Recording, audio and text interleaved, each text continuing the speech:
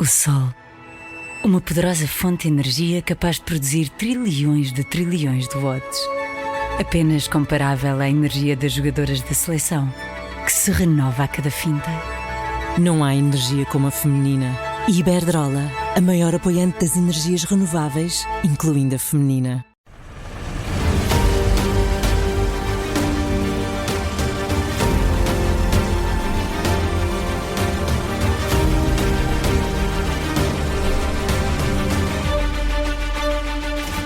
Abrimos aqui mais um capítulo do Onde Para o Caso, em que recuperamos situações às quais fomos perdendo o rasto. Temos connosco a jornalista Diana Rosa.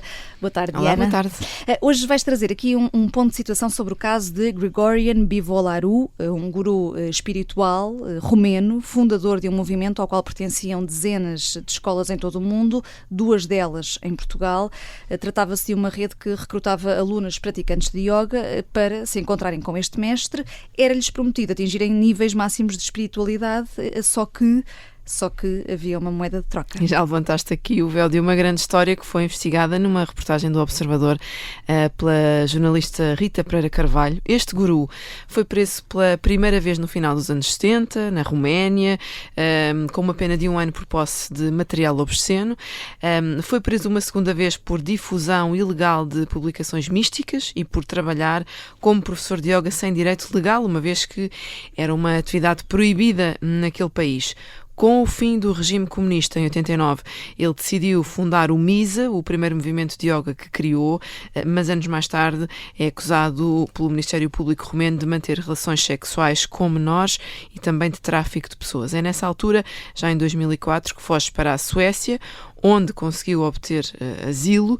Dizia-se vítima de perseguição política por causa do antigo regime comunista romeno. Niciuna dintre acuzele cu care s-a pornit. Nenhuma destas acusações devastadoras tem fundamento. As alegações de abusos, da minha parte, mostram uma intenção clara de destruir e destabilizar este curso. É inadmissível que a Justiça, em vez de investigar, faça um esforço para me culpar. Nesta investigação, houve pessoas que foram pressionadas a declarar o que os procuradores queriam para que eu fosse acusado. Obter testemunhos através de pressão é proibido por lei. A polícia romena, nos últimos 15 anos, tem feito coisas horrorosas contra um grupo pacífico. Mesmo assim, agimos com dignidade. A CIA considera que a MISA é uma organização paramilitar. Nem mais, nem menos. Paramilitar. Bem, se é paramilitar, onde estão as ações militares ou paramilitares? Acțiunile militare sau paramilitare. Foi depois desta fuga que fundou a Federação Atman Yoga, que está presente em 29 países, com as tais dezenas de escolas que seguiam a mesma doutrina. Viajou por vários estados, tentou viajar para a França com documentos falsos e acabou por ser julgado à revelia pelos tribunais romenos. Em 2017 entrou para a lista dos mais procurados pela Interpol pela prática de 9 crimes que incluíam tráfico de seres humanos e abuso sexual. E nessa altura, onde é que se estabeleceu? Paris, Judite, era a base principal, foi ali que ele esteve escondido durante 6 anos. E como é que era feito esse recrutamento de mulheres que iam ter com ele a França? Havia uma espécie de discípulos em filiais montadas em vários países. É um esquema que tinha como pontos de recrutamento as escolas de yoga. Falamos de escolas aparentemente normais, com aulas como todas as outras, só que depois havia aulas à parte, por exemplo, de yoga tântrico, que é uma prática cujo objetivo é alcançar a transcendência espiritual através de uma união entre espírito, corpo e mente, que pode incluir o desejo e a sexualidade como uma forma de atingir essa elevação espiritual.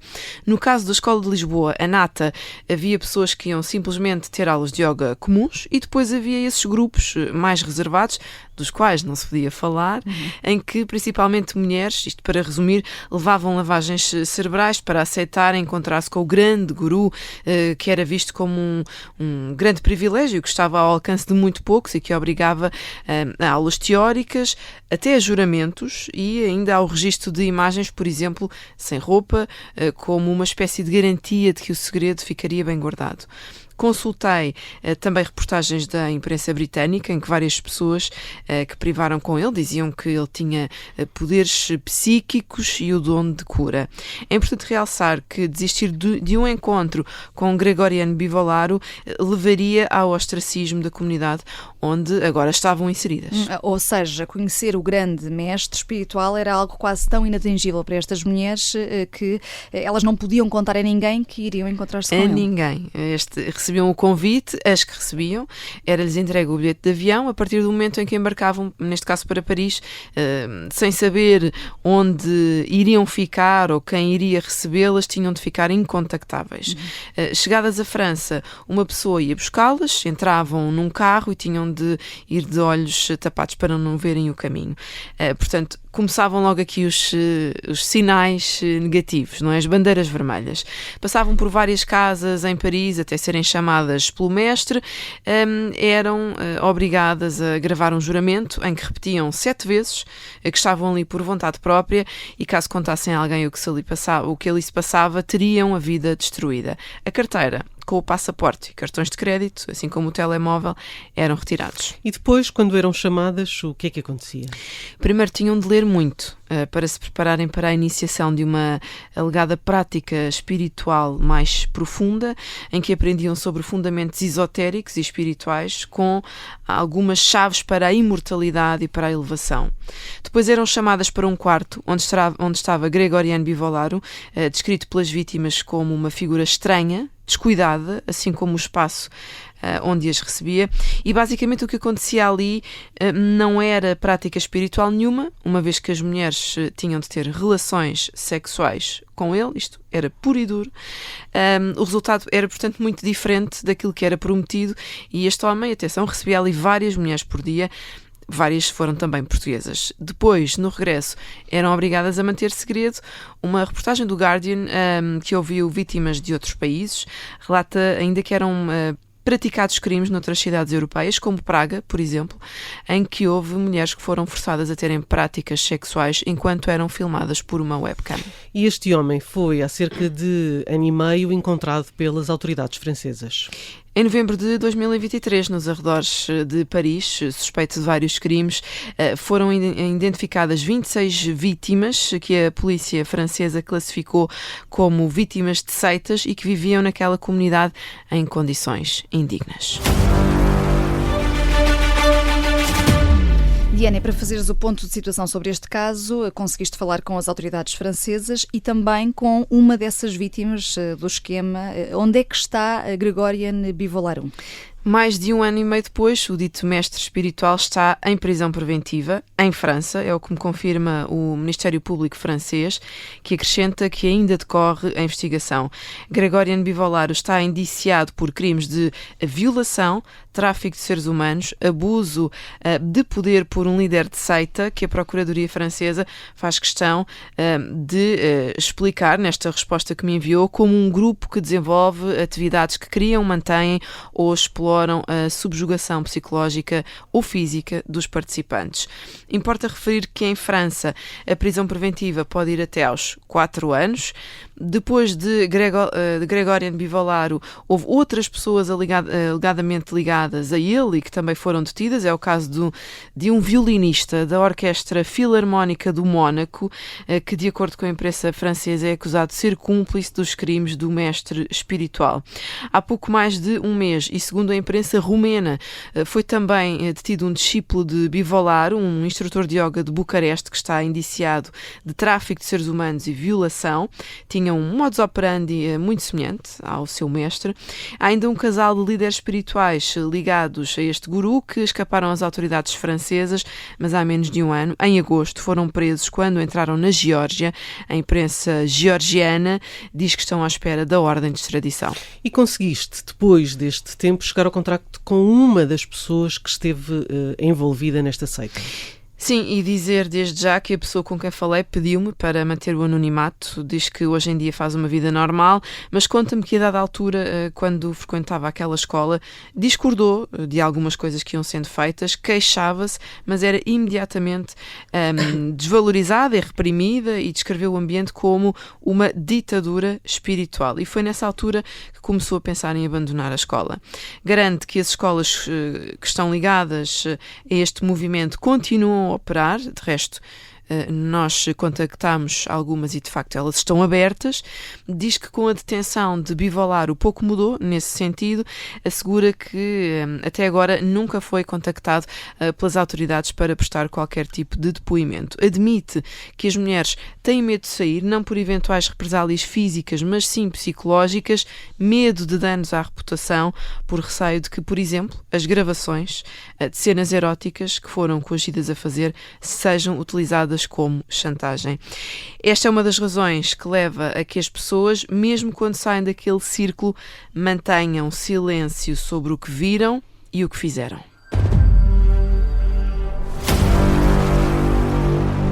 E a nossa convidada neste Onde para o Caso, Maria João Faustino, psicóloga, investigadora especializada em violência sexual. Muito bem-vinda. Obrigada pelo convite. Tem precisamente colaborado com associações de apoio a vítimas deste tipo de crime. Vamos começar pelo princípio, que é a pergunta que muitos de nós podem estar a fazer. Como é que uma pessoa que se vê envolvida num esquema de lavagem cerebral, que é como é comumente designado, estamos a falar de pessoas que necessariamente estão num contexto de fragilidade psicológica? Não necessariamente. E essa é um estereótipo e é um mito que importa desfazer logo de raiz. Nós tendemos a ver, porque queremos acreditar nisso, que as pessoas que caem neste tipo de situações de coação, neste tipo de estruturas de culto ou semelhantes, são pessoas que têm determinadas características que nós não temos. Gostamos de acreditar que não nos vai acontecer a nós.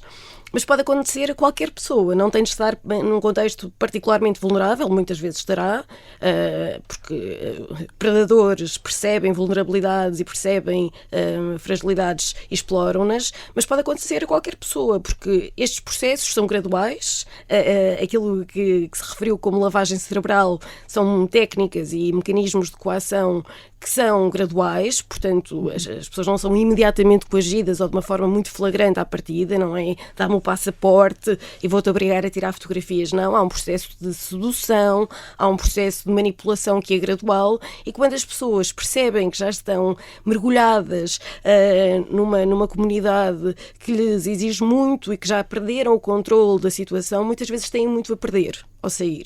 Já estão de tal forma imersas naquela estrutura, fizeram um investimento tão grande, pessoal, na sua vida, um investimento identitário tão grande, que a ruptura é uma ruptura a muitos níveis. É uma ruptura muitas vezes com a comunidade de pertença, com um projeto de vida, com o sentido que deram à sua própria vida, muitas vezes espiritual, não é? Portanto, há aqui uma desintegração que é muito violenta. Portanto, vincar este facto e esta ideia que não são pessoas particularmente vulneráveis necessariamente. Pode acontecer a qualquer pessoa. Não há um perfil de vítima. Não há. Isto, eu sei que é assustador, nós gostamos de pensar, muitas vezes fazemos até julgamentos apressados, eu jamais cairia, a mim jamais me aconteceria, não é? Nenhuma de nós está a salvo. Muitas vezes entramos nestes circuitos por curiosidade, ou porque estamos à procura de alguma referência, ou porque temos às vezes pressão de pares, ou porque alguém em quem confiamos nos passou a palavra, e uma vez mergulhadas dentro desta estrutura é muito difícil sair. É um bom ponto, porque é possível depois disto voltar a uma vida normal? É possível, mas tem um custo. Tem um custo muito elevado. Muitas vezes, e esta a reportagem que deu o contexto a este episódio é uma reportagem muito bem feita, que tem testemunhos muito poderosos que ilustram precisamente isto. Muitas vezes as pessoas até deixaram os empregos, portanto, todas as dimensões da vida, da habitação, da partilha em comunidade, do próprio projeto, da trajetória profissional, há aqui um sentido de pertença que implica um desligamento do mundo. Portanto, cortar laços com esta comunidade significa muitas vezes um isolamento, a percepção de que as pessoas vão ser ostracizadas, muitas vezes que podem ser alvo de chantagem, não é? Sabemos, neste caso em concreto, mas há semelhanças com muitos outros episódios de casos de coação em cultos, porque são contextos que facilitam abusos. Há muitos ingredientes aqui, muitos elementos estruturais que são transversais às práticas espirituais e e aos elementos de culto, que são facilitadores de abuso. As hierarquias, logo a figura do mestre, não é? A ideia de comunidade, a ideia de que se está a trabalhar para um bem superior e para um objetivo maior de desenvolvimento pessoal. Portanto, há aqui uma hierarquia que é logo estruturante das interações. Nós depositamos muitas capacidades e há ali um investimento simbólico muito grande naquela pessoa e nas pessoas que as rodeiam. Portanto, há aqui muitos elementos que permitem que o processo de manipulação seja feito com grande sucesso, com grande eficácia. E esta manipulação atinge vários níveis, não é? Se a partir do momento em que nós estamos mergulhados naquela comunidade, os nossos amigos, os nossos pares também fazem parte, desvincularmos-nos é muito difícil. E para sair daí, imagino que com um grande sentimento de culpa também associado e eventualmente vários tipos de trauma? Possivelmente. Trauma potencial, claro. As pessoas reagem, não são leis da física, não é? Os comportamentos humanos não são leis da física, portanto as pessoas podem reagir de formas muito diferentes, mas há um trauma potencial enorme. E mesmo que a situação que é potencialmente traumática e não seja um trauma no sentido clínico, não é, como nós costumamos associar, há aqui muitos riscos e muitas lesões associadas. A perda de sentido, a perda do autoconceito, a percepção de derrota, de estigmatização e tudo isto resulta de um processo de isolamento que já foi sendo feito, não é? Os tais elementos facilitadores do abuso, o secretismo, a confidencialidade, o depositar muita esperança e muita expectativa naquela pessoa e naquele processo. Portanto, é muito difícil muitas vezes sair. Como é que é possível provar que uma vítima de lavagem cerebral de alguma forma não fez aqueles atos de espontânea vontade, ou seja, há uma coação que está implícita na lavagem cerebral? Há uma forma de provar isso, nomeadamente até de provar isso em tribunal, por exemplo?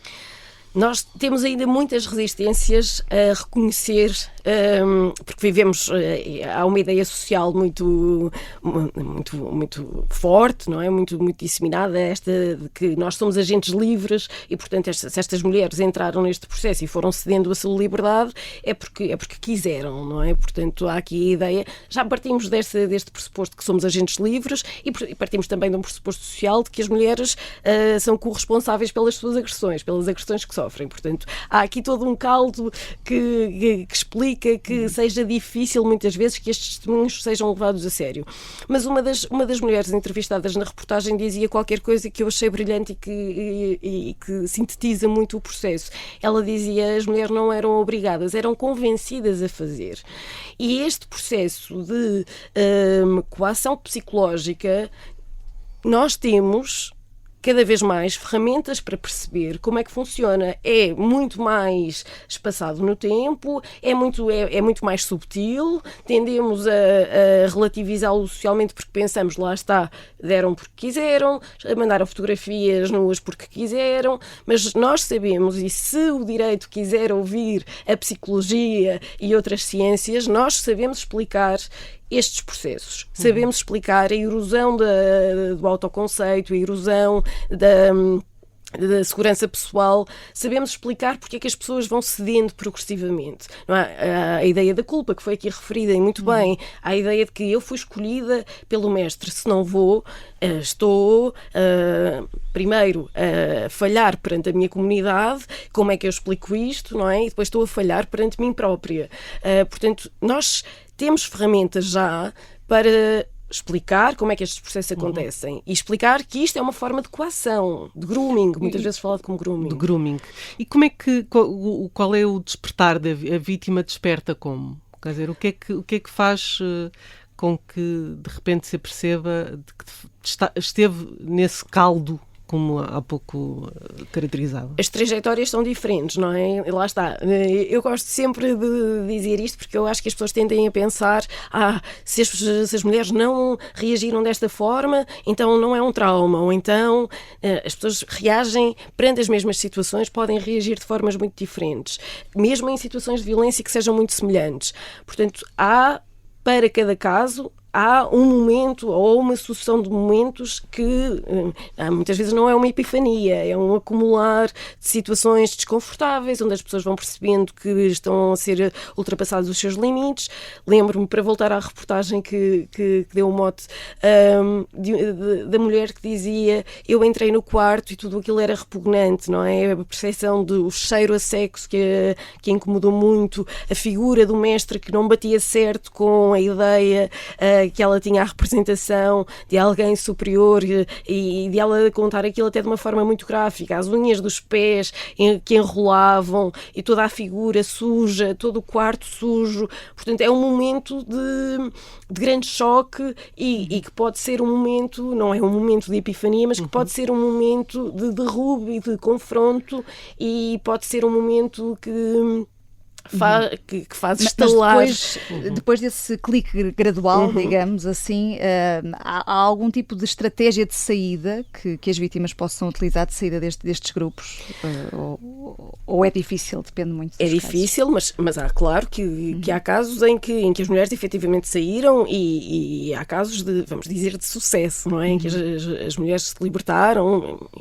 Falamos de mulheres porque neste caso foram mulheres, e normalmente são mulheres, mas também existem homens. Há casos, claro que sim.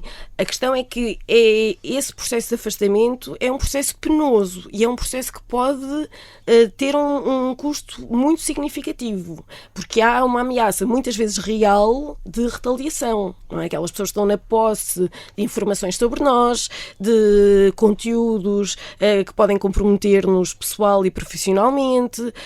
Há vergonha associada a isto, não é? Como é que eu explico que estive uma semana em Paris e que tive sexo com um homem com quem não queria, depois ter dito à minha família que ia para um retiro de silêncio? Como é que eu explico isto? Há muitas vezes a vergonha associada não só à violência sexual, que já é tão comum e tão transversal, mas a vergonha associada ao que as pessoas vão pensar também. Ao que as pessoas vão pensar, e o que pensamos também de nós. Como é que eu permiti, como é que eu me sujeitei? Há muitas vezes esta autocensura, e é muito difícil de explicar, e é muito difícil de reconhecer, mas claro que é possível. E as vítimas devem procurar algum tipo de ajuda especializada? Onde é que podem procurar essa ajuda? Eu sou muito avessa a dizer que as vítimas devem, porque eu acho que ter uma abordagem prescritiva pode ser culpabilizante. Mas se quiserem. Exatamente, é um direito. As pessoas têm direito a pedir ajuda, é um direito que lhes assiste, e todas as pessoas têm o seu tempo e têm o seu processo, mas é bom passar a mensagem de que existe ajuda disponível, de que esta ajuda é um direito, e que existem associações preparadas para dar resposta e para acompanhar, com equipas devidamente especializadas. Eu recomendo sempre a Associação de Mulheres contra a Violência. Se quiserem depois passar os contactos, acho que é sempre bom ter esta informação. É uma associação que há mais de 30 anos atua e é especializada na violência contra as mulheres, que tem um centro de crise de violência contra a violência sexual. Existem outras associações, no caso dos homens, a quebrar o silêncio. Existem várias associações especializadas, e é bom saber, é importante passar a mensagem que é um direito, que as pessoas têm direito a pedir ajuda. E ficamos com essa e com as várias mensagens importantes que nos deixou aqui Maria João Faustino. Muito obrigada por ter vindo à Rádio Observador. O Onde para o Caso teve esta semana a assinatura da Diana Rosa, ficou com esta investigação a cargo. Na próxima semana há mais uma história para recuperar.